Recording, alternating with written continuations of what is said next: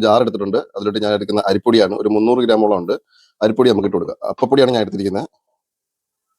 അടുത്ത് ഞാൻ എടുത്തിരിക്കുന്നത് പറഞ്ഞാൽ തേങ്ങയാണ്. ഒരു കുറച്ച് തേങ്ങ. ഇനി ഞാൻ എടുത്തിരിക്കുന്നത് പറഞ്ഞാൽ ചോറാണ്. എല്ലാം കുറച്ച് എടുക്കുന്നുള്ളൂ. കുറച്ച് ചോറ്.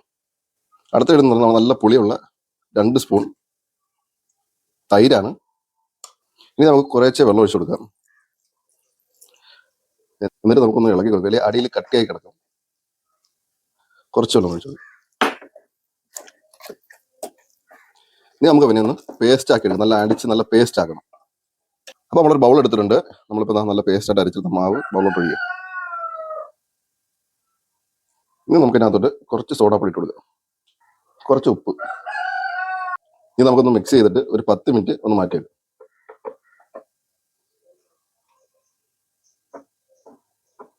അപ്പോൾ നമ്മളൊരു ദോശക്കല്ല് അടുപ്പി വെച്ച് ഒന്ന് ചൂടായി വന്നിട്ടുണ്ട്. അതിനകത്ത് നമ്മൾ കുറച്ച് എണ്ണ ഒഴിച്ച് എല്ലായിടത്തും സ്പ്രെഡ് ചെയ്ത്